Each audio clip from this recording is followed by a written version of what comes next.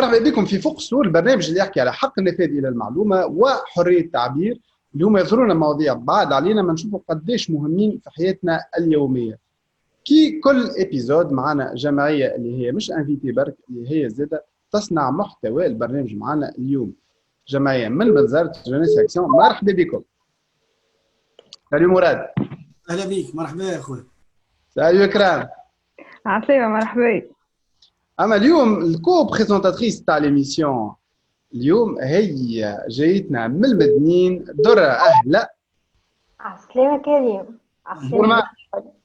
السلامة، مرحبا بيك درة. كيف عايشك؟ باهي عالطاير. من توا باش ندخلوا بدرة. درة شنو حضرت لنا اليوم؟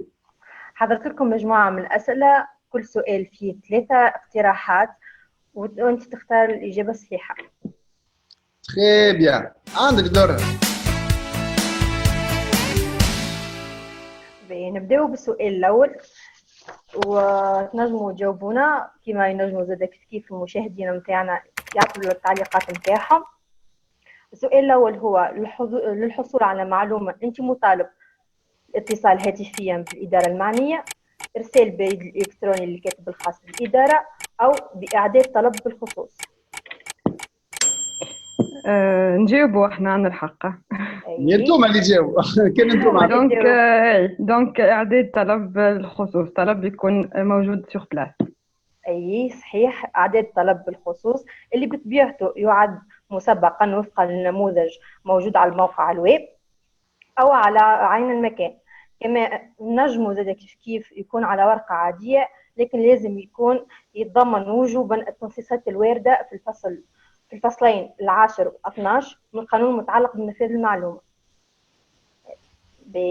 أو السؤال الثاني معنا في الإدارة التونسية للحصول على المعلومة يجب التواصل مع الموظف مكلف بالمهمة ويكون معلوم لدى المعاملين مع الإدارة، وإلا يكفي التواصل مع عون الاستقبال أو رئيس الإدارة، هو فقط بإمكانه تمكينك من معلومة دون غيره.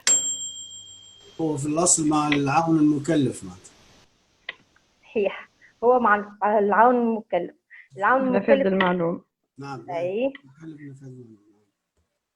اللي بطبيعته يكون مع العون المكلف يكون عنده نايب. أكيد. صحيح. بيتو نسموا متعادلين 1-1. عندنا السؤال الثالث معنا اللي هو نفاذ المعلومة حق للمواطن بموجب الدستور، أمر من رئيس الجمهورية، قرار من وزير الإشراف. هو حق دستوري. حق دستوري بالطبيعة. في حق دستوري. جاوبتنا أنت الأولى. نعم. أبو حق دستوري مكترث بالفصل 32 من الدستور الجمهوري التونسي، وممارس وفقا لمقتضيات القانون الأساسي عدد 22 لسنة 2016 والمؤرخ ب 24 مارس 2016. تو 2-1. سهل. 2-1. اما مازال فما الكويز بعد عاد نجموا ما تربحكش راه. كبيروا فيهم رواحكم. تخي بيان. خلينا نرجعوا لبنزرت جونيس اي كومبيتونس. كيفاش عشتوه البيريود بتاع الكونفينمون؟ كيفاش كانت الخدمه الجمعياتيه وقتها؟ والله نجم نقول لك كيما تقريبا المؤسسات كل احنا كنا انكور في تنفيذ مشروع ميديات بالانجليزيه هو الوسيط. المشروع هذا خدمناه على تقريبا 10 ولايات في 20 معهد من معاهد الولايات التونسيه. والدور بتاعنا كان في ارساء خيمات سلام داخل المعاهد، يعني هو ضد نبذ التطرف العنيف والظاهره اللي تشهدها البلاد من تبعاتها معناتها نعرفوها الكل. حبينا نخدموا حاجه هكا على الاقل للتلامذه باش يعدلوا من سلوكاتهم ويحاولوا كيفاش انهم ما يكونوش قوه جذب ولا دفع للظاهره هذه، ظاهره التطرف واللي وراها الارهاب بعد وكذا. لكن في وقت جات الكورونا بطبيعه الحال ولقينا رواحنا ما نجموش باش نخدموا الخدمه هذه، ولا تحويل المشروع الجزء اللي تبقى منه تحول الى إعانات للمناطق المهمشة من ولاية بنزرت وخدمنا خاصة على المناطق هذه كما البزينة وريف سجنان وغيرها. فكانت يعني شو نسميوها احنا أنشطة رمضانية بامتياز، معناتها كانت بصراحة حققت الأهداف نتاعها. قلنا باش ما نخسروش المشروع ما يقفش أو نحاولوا الوجهة هذه، وحققت الأهداف نتاعها. تقريبا وصلنا وزعنا 500 إعانة على مستوى المناطق هذه اللي مشينا لها. يعطيكم الصحة. أما توا ما غير ما ناكلوا باش نمشيو للفريستايل. الفريستايل هي كبسول اللي نعطيو الحرية المطلقة للجمعية اللي تنشط معنا ليميسيون باش تعمل ان كونتوني على الجهة نتاعها ويخص الموضوع حق نفاذ المعلومة ولا حرية التعبير. شنو حضرتوا لنا في فريستايل يا جماعة؟ ما غير شوقونا، ما تقولوناش كل شيء. دونك احنا في بنزرت اخترنا مشكلة من المشاكل العويصة برشا في مدينة بنزرت. بنزرت هي مدينة مزيانة برشا للي يعرفوها، هي مدينة سياحية بامتياز. دونك البحر باختو مزيانة على الآخر، لكن عندنا مشكلة في وسط البلاد اللي هي تعتبر منذ سنوات ولات بالحق إشكالية كبيرة مقلقة المواطنين ومقلقة العباد اللي تجينا خاصة في الصيف، اللي هو المرسى القديم. المرسى القديم وما أدراك من الفيو بور اللي الناس تجيه بالذمة تتصور فيه، يعملوا فيه دي شوتينغ اكسترا. في السنوات الأخرى ولينا نلاحظوا كونه فما تلوث كبير جدا، فما حاجات ولات تقلق العباد، وليت ما تنجمش تقعد مرتاح على الفيو بور من غير ما تشم ريحة خايبة، من غير ما ترى حاجة خايبة. دونك احنا حكينا عن المشكلة هذه اللي ولات تقلقنا احنا كبنزرتية، ولات تقلق العباد اللي تجي زادا كيف من برا، واللي تو سامبلومون يتحملوا مسؤوليتها برشا أطراف. يمكن نقول لك العباد زادا المواطن هو غير واعي نورمالمون هو يحافظ على. ما تقصرناش كل شيء، بعث لنا الفيديو. كان نعملوا طلع على المياه نتاع الميناء هذايا، نلقاو الصباط ونلقاو الساك بوبال ونلقاو المضربه ونلقاو مخده ونلقاو فرش. معناتها هنا باش يوريك اللي حتى السكان هنا ما عندهمش الثقافه نتاع ما يلوحوش الفضلات والسيد نتاعهم في البحر. والثاني واحد اللي زاد يتلام عليه هي السلطه نتاعنا قاصره برشا. ما ثماش حملات توعية باهية، معناتها كلي تبدا متجهة، معناتها تبدا وبصفة مستمرة. خاطر هذيا راه باش تبدل برشا عادات، باش تبدل عادات تاع عباد. حتى العباد هذوما لازم شوية وسعة بال ويلزم توعيهم وكل يوم وتقول لهم راهو البحر هذايا تنجموا تعيشوا منه إذا تستحفظوا على المياه نتاعو وتحميوه من التلوث. أبار البلدية واللي عندها دور لازم تقوم به.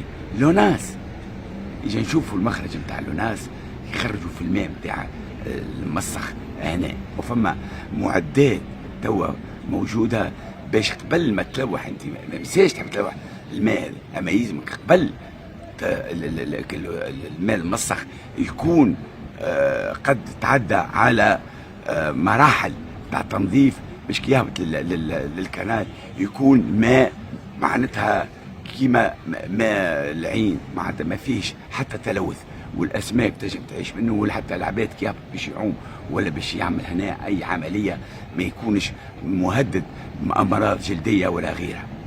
هذا معناتها بعض الاسباب اللي الميناء العتيق مسكين قاعد يقاسي منذ السنين، مش جديد.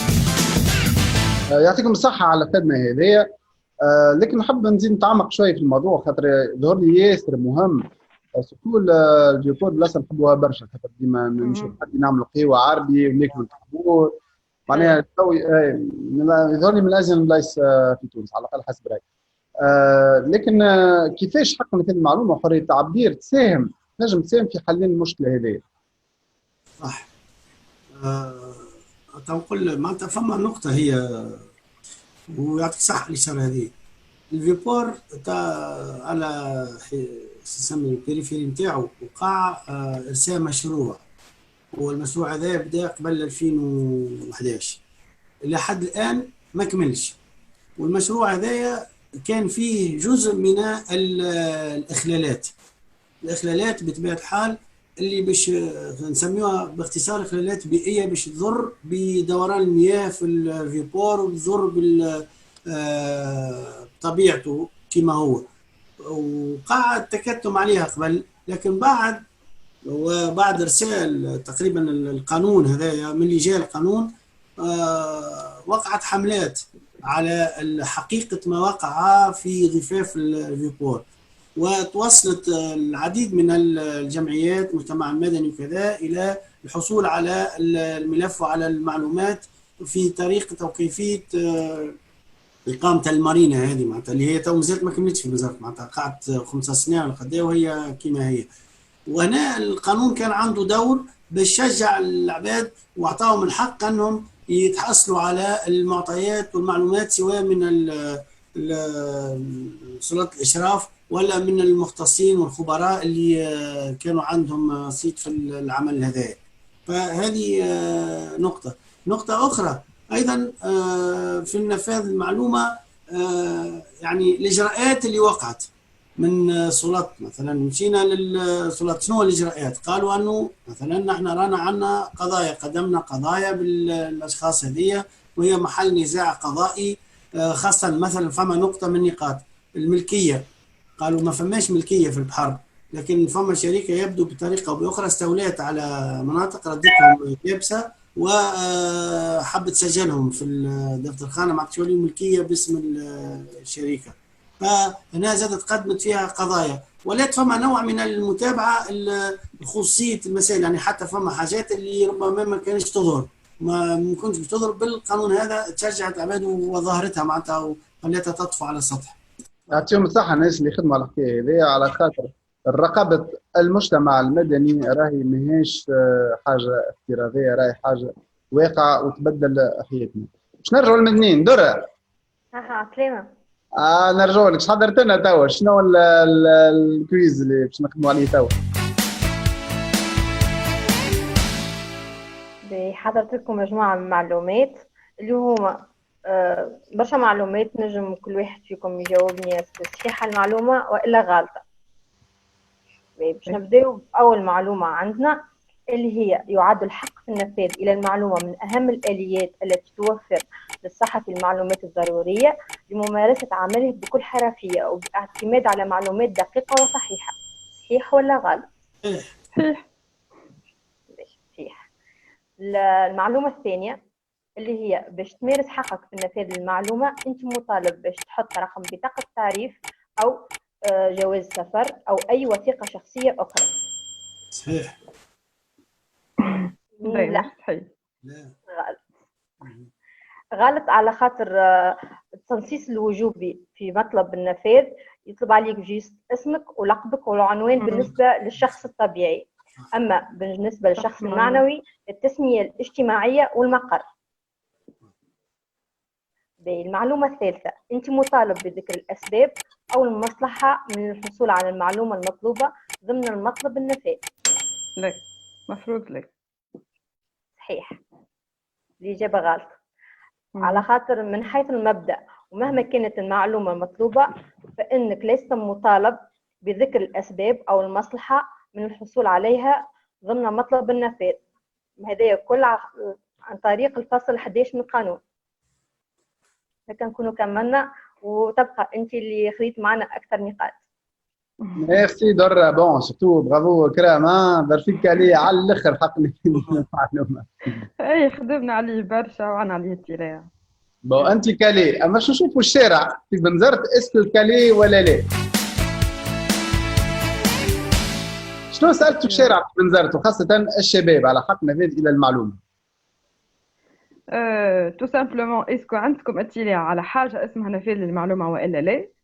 وشفنا آراء متباينة بين أي الأكثرية اللي باش يقولوا أي نتصور هكا عندهم علاقة بالمجتمع المدني، وتشوفوا إن شاء الله في الفيديو اللي الأكثرية باش تقول لي ما عنديش فكرة وجامي ما تحطنيش عاد فينا، خلينا نكتشف. تتفرجوا وتكتشفوا. ميكرو توتوار. بالنسبة لنفاذ المعلومة اللي نعرفوا اللي هي تمثل المواطن ينجم يطلع على شنو صاير في الادارات التونسيه. يعني هو حق دستوري نعرفه، و فما هيئه في تونس يعني نفذ المعلومات تستعمل المستقبل يظهر لي. ما عندي حتى فكره عليها، وديجا اول مره نسمعها عنها. ما عندي حتى فكره صراحه. معناتها انا من حقي مثلا كي نمشي لاي اداره من الادارات باش نستفسر على معناتها كيفيه الاشتغال نتاع الاداره هيك، شنو معناتها يلزمني نعمل، شنو الاجراءات باش نخرج وثائق معينه، كيفاش يلزمني نتصرف في الوقت هذاك معناتها باش نجم ناخذ معلومه كامله. معناتها عندي الحق انا كي نستفسر باش الاداريين يجاوبوني يقولوا لي شنو معناتها شنو هما الاجراءات اللازمه. اللي ما طلعتش اما نعرف اللي فما برنامج يقع كل عام هكا، لكن حتى كان فما ما نتصورش نفذت منه حاجه في السنين الثلاثه اللي تعديت من 2017 من اللي تعملت انتخابات بلديه وتاسس المجلس البلدي جديد، اما ان شاء الله تتنفذ. لا ما عندي فكره. لا عندي حتى فكره عليها جنب. يعطيكم الصحة في الميكرو توتوار هذايا. إكرام كيفاش لخصوه في 3 كلمات الميكرو توتوار؟ يلزم برشا مجهود باش نرسخوا ثقافة نفاذ المعلومة في المجتمع. وكا كيفاش نجموا في المجتمع المدني وفي الإعلام زاد المواطن كيفاش نجموا نشاركوا ونساهموا في التوعية هذه؟ هو دور المجتمع المدني ديما يذكر فيشكر، لكن وحده ما ينجم يعمل شيء. نجموا نقوموا بندوات، نجموا نقوموا بحملات تحسيسيه، نجموا نقوموا بزيارات ميدانيه، نجموا نجيبوا شباب نعملوا يعني حلقات حوار، لكن هذا يكون وحده ما يكفيش. يلزم السلطه كيف تكون مفتوحه وتحل بابها للحاجه هذه. لازم يكون الموظفين وفي السلطه اكسترا يكونوا عندهم اطلاع كيف باش يولي مشهد متكامل ما بين المواطن والمسؤول على النفاذ للمعلومه. كي يلقى المواطن يمشي باش يسال على معلومه يلقى الباب محلول، ما يلقاش حاجه اخرى ما علينا في ذكر. هذا هو. مراد هذه فعلا تطرح نقطه هي ديما راهو في التشريعات. تنجم تلقى في اي بلاد ومجتمع ارقى التشريعات وارقى قوانين، لكن على مستوى الواقع هل يقع تنفيذها وتطبيقها ولا لا؟ وين هنا اللكون هي في الاليات. معناتها يلزم تسير القوانين هذه ولا التشريعات هذه تسيرها اليات عمليه تخلي فعلا صاحب الحق قادر باش يمارس الحق هذا، خاصه في مجتمعات نتاعنا اللي مازالت نقول انا ديما الحاجات هذه مازالت جديده عليها شويه، مازالت يعني نتاع ثقافه معينه وكذا، لازم تخدم بالشكل هذا، خاصه الاليات اللي لازم تترسل. ميرسي مراد. خلينا نرجعوا للنين. درة احكي لنا هكا انت من نعرف انت من منين، من القطب المدني، اما شنو يصير الخدمه، شنو الاختصاص تاع الجمعيه نتاعكم؟ الاختصاص نتاع الجمعيه نتاعنا اللي هي تعتني بالمساءله الاجتماعيه وحقوق الانسان. داكوردو. وعلى شنو تخدموا تو في الفتره هذه؟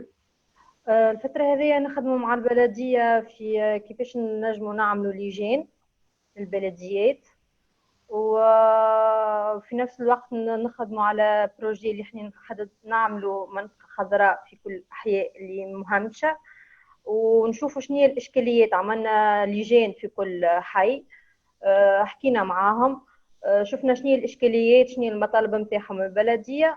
من ثم حكينا مع البلدية، عملنا ملتقى كامل باش نقربوا المواطن من البلدية وباش ينجم اللي هو نخدم الأكثرية على النفاذ للمعلومة كما بكي كنا نحكوا، اللي هما يولوا أكثر اطلاع على البروجيات نتاع البلدية وشنو اللي عليهم وشنو اللي ليهم البلدية. داكوردو ميرسي. عندكم صعب الخدمة هذيا على خاطر ديما نقربوا المواطن من البلدية ونوعيه بحق نفاذ المعلومة. يظهر لي توا حكاية مفصلية في حياة الديمقراطية التونسية. المشكلة اللي العباد ما همش حابين اللي هما يتقبلوها برشا، كلك ماهيش صحيحة، ما عندناش الحق اللي احنا نعرفوا المعلومة. الكل مش حابين يتقبلوا اللي هما راهم عندهم الحق اللي هما يعرفوا المعلومة ويعرفوا كل شيء في البلدية. بخصوص هذا قاعدين نحضروا لهم في فيديو نورمالمون بريود جاي يهبط لهم باش يوعيهم شوي. ميرسي يعطيكم الصحة. خلينا نرجعوا لبنزرت. وي مرحبا يا سيدي. نرجعوا لبنزرت. جوستومون يا جماعة، احنا برنامج كملناه، اما نعرفوا السنه اللي كنا باش نصيفوا في تونس، وحتى كانك اللي نجم يمشي لبرا سنة في تونس، كان نعديو 3 4 ولا 5 ايام في بنزرت. شنو البرنامج اللي نجموا نعملوه الغادي؟ نقترح انا ولا سي مراد؟ تفضل. بون اللي باش يجي لبنزرت المدينه، بنزرت مزيانه برشا، شطوطها ما شاء الله تبدا من سيدي سالم وانت تخلط حتى يكشي لراس انجله. هذا وسط المدينه. دونك خارج المدينه عندك ولاية معتمديات مزيانه برشا كيما سجنين، فيها بحور ياسر مزيانه، فيها كيف عباد، فيها سيدي المشرق. دونك اللي باش يجي لبنزرت مش باش يفد، من يمشي يتلفت يلقى البحر، يلقى الغابه، يلقى الجبل، يلقى كل شيء. دونك مرحبا بكم بنزرت السنة، مرحبا وتشرفونا في اي وقت، بس كيلكو سوا صيف ولا مش صيف، بنزرت في الاوقات الكل تنجموا تزوروها وتعملوا جو. ميرسي إكرام، ميرسي مراد. جوست حاب نذكركم قبل ما نسكروا البرنامج هذا اون بارتناريا مع اي اكس اوروب، جو اكت و ارتيكل 19 مينا. انا من بقى كان باش نسلم عليكم. ميرسي جونيس كومبيتونس، ميرسي بروف المدني مدنيين، ونراكم في الحلقه الجايه. باي باي.